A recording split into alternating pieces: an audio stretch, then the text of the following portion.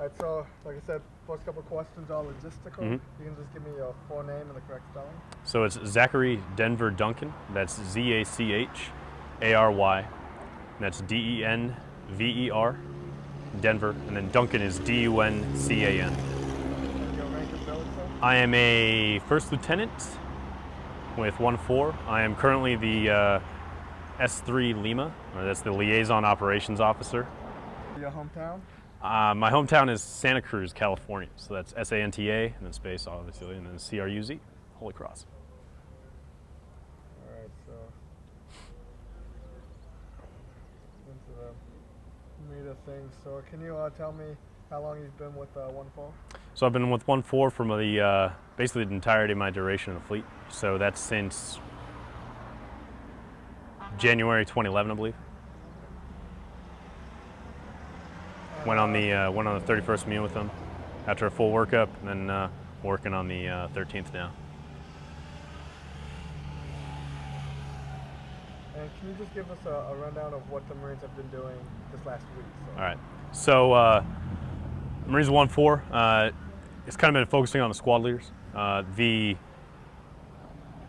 squad leaders on Monday and Tuesday, first 2 days of the training, were receiving orders preparation, orders classes, and briefing classes, and basically all the other ancillary information along with orders.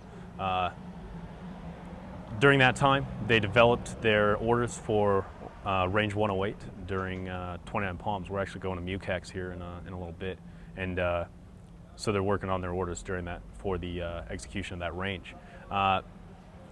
Once they develop their orders, Wednesday and Thursday, day 3 and 4 of the week, we ended up they're issuing their orders to the squads themselves, to like their respective squads, and there's the evaluators who are basically writing it down. Hey, you're doing this as standard. You're not doing this. This was good. This was bad. Whatever it was, this is what you need to work on. And then it's culminating for this week at least in a squad competition.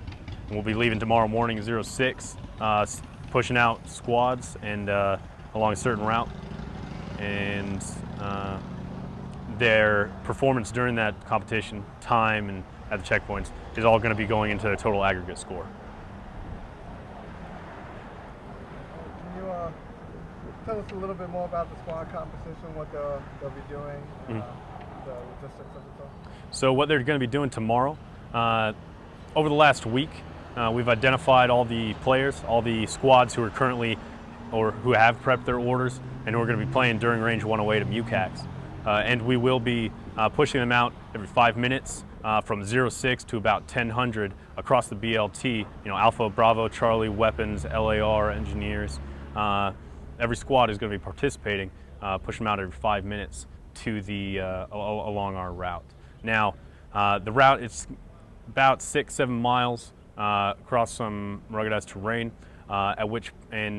at set points along that route, there's a series of checkpoints. We have 7 checkpoints. It's 3 physical events and 4 academic events. Academic events cover up orders knowledge. They cover up orders preparation and enemy analysis knowledge. So, for example, like MET-T, things like that, and some other basic templates. For example, the NATO 9 line. They got to fill out skeletons and stuff.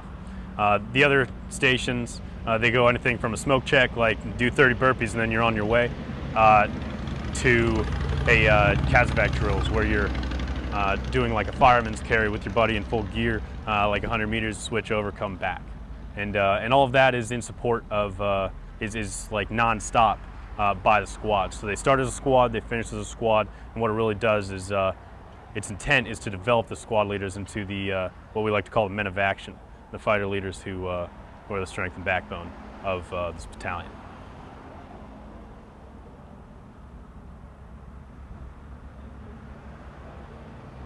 So why is it so important to focus on developing the small unit leaders of a battalion?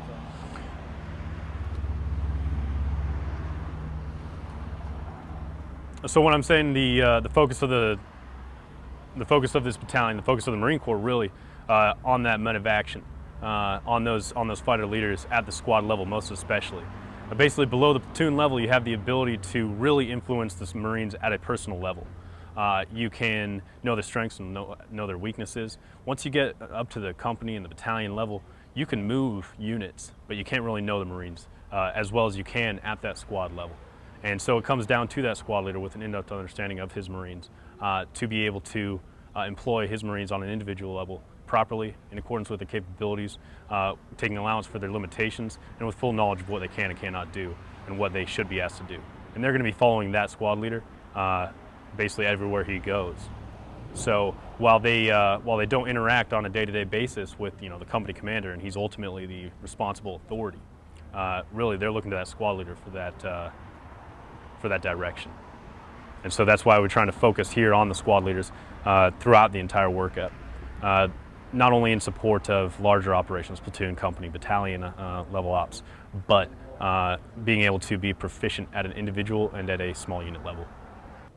And how do you feel this squad competition is going to challenge the squad leaders? So The ability to physically push yourself while still maintaining certain situational awareness and capability of mindset, allowing you to recall information, basic information, for example, orders and 9 lines and things like that, is an absolute essential in combat and in any sort of operations. And so if you are able to maintain that command presence, that command authority, and that knowledge and the responsibility that's invested therein while you are pushing yourself that physically, then you're going to be able to be that fighter leader to whom the other individual Marines are going to be having to look to for leadership. So while he's maintaining his cool, they're able to look at him, even though he's just as tired as them.